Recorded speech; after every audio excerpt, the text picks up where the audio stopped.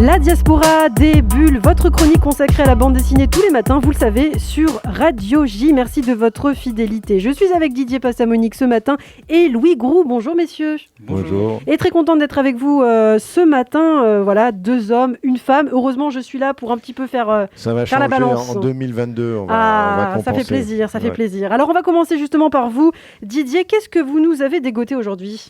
Eh bien, 3 fois rien, un petit album signé Baudouin sur un texte de Mariette. Ça s'appelle Solveig, qui en norvégien veut dire soleil pour sol et chemin pour veille.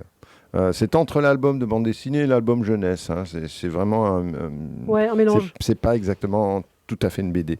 C'est dessiné par Edmond Baudouin, qui est un fabuleux dessinateur qui a commencé à publier chez Futuropolis il y a 40 ans et chez un tas d'autres éditeurs, le plus souvent alternatifs, comme l'Association, où il vient aussi de publier Les Fleurs du Cimetière. Et les Fleurs du Cimetière, vous savez, c'est les petites taches de vieillesse qu'on a sur les mains quand on vieillit. Un album qui a été retenu pour la sélection officielle du Festival d'Angoulême 2022. Hein, donc peut-être que ce sera le Grand Prix fin janvier. Baudouin a fait un truc incroyable. Alors qu'il approche de ses 80 ans, il a légué tous ses originaux, tous ses dessins au musée d'Angoulême qui lui consacre en ce moment et jusqu'au festival qui a lieu fin janvier, donc une grande rétrospective. Ça va être sublime. C'est un très beau dessinateur. Bon, alors du coup, on parle de Solveig. Alors Solveig, elle a 7 ans, elle est peinée parce que les adultes ne prennent pas le temps de s'occuper d'elle. Ils courent tout le temps, les adultes, dans tous les sens. Je sais pas, ils font les enfants aussi. Ils font des émissions radio. et elle aime regarder les fleurs, les arbres, les feuilles. Elle colle son œil contre une feuille et elle y voit un paysage avec plein de chemins qui permettent de découvrir le monde. Mais on ne s'intéresse pas à elle, alors elle commence à disparaître. Une main, d'abord, puis l'avant-bras, puis le coude, et puis le corps tout entier. Elle s'envole et dans son périple, elle rencontre un vieux monsieur qui vit paisiblement et qui prend le temps, car il a plus de temps que les autres adultes qui courent dans tous les sens. Hein, il est retraité.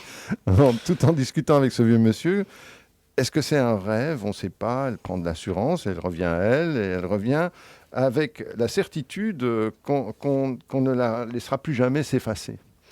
Et donc, c'est Solveig. C'est Solveig. C'est très poétique. C'est un livre sur la confiance en soi. C'est beau, c'est charmant, comme tout ce que fait Baudouin.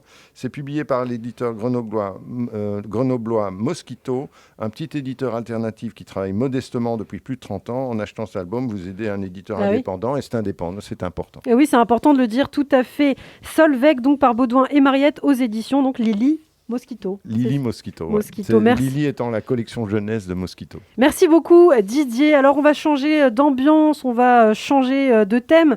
De votre côté, Louis, vous nous parlez d'un grand écrivain japonais adapté en bande dessinée par des Français. Et oui, c'est un pari assez fou quand même de l'adapter. Et moi, j'étais complètement passé à côté de cet album qui est intitulé Haruki Murakami, le 7e homme et autres récits, et qui est paru chez Delcourt le 24 novembre.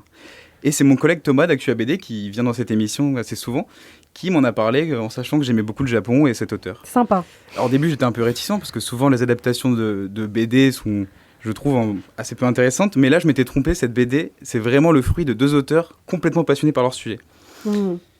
Et alors, justement, qui est... parce que le nom de la BD, c'est Haruki Murakami. Qui est-il ?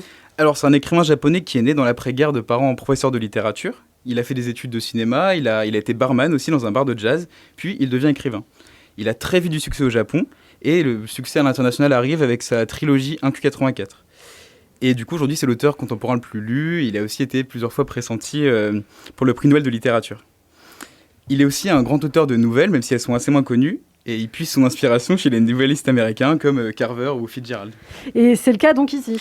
Oui, donc ici, c'est bien des nouvelles qui ont été adaptées. Ce sont des nouvelles, ce sont plusieurs nouvelles en fait, hein, c'est ça ? Oui, ce sont 10 nouvelles, et si vous êtes fan de Murakami, ne passez pas à côté de cet album. Voilà, un album qui fait beaucoup Didier ce matin, mais c'est pas grave, on va terminer sur ça. Donc c'est la nouvelle Haruki Murakami, le 7e homme et autres récits par Devenez aux éditions Delcourt. Merci beaucoup messieurs, et je sens la fatigue de fin de semaine pour Didier Passamonique qu'on retrouvera avec grand plaisir la semaine prochaine. La semaine prochaine. Au revoir.